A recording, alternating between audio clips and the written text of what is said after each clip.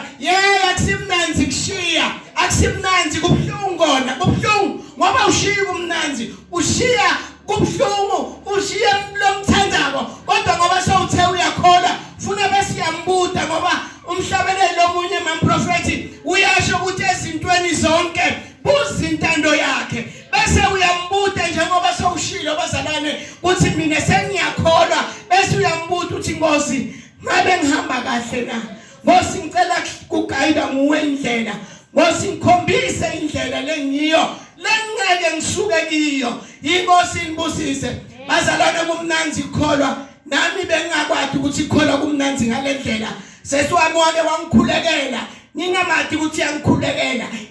ngibambe matasa ngibambe A to Z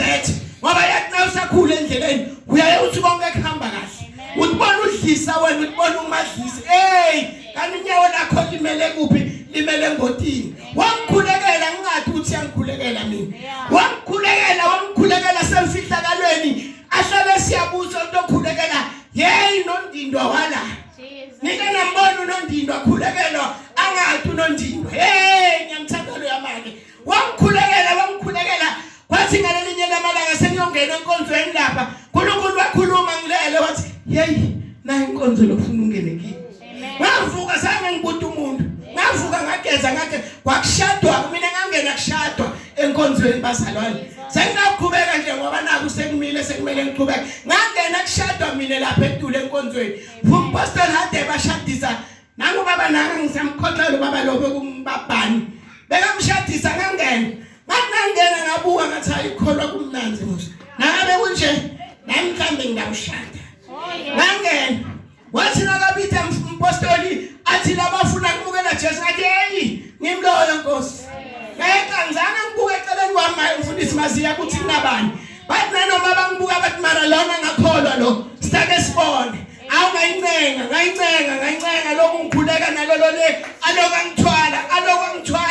alokangithwala hayi ngabona nami sengikhona ukukhuluma ngabona nami sengikhona ukuthandaza ngabona nami sengikhona kuyihamba aseyaqala ke uNkulunkulu amhle ngoba yena unjengelikati yabona makungena elikati endlini kunamakhundwane ikati awulikhombisa ukuthi ikundwane lingakuphi likati liyakufunela naye kaNkulunkulu angazafika empilweni yakho yena utakufunela ukuthi lokhu kuyasala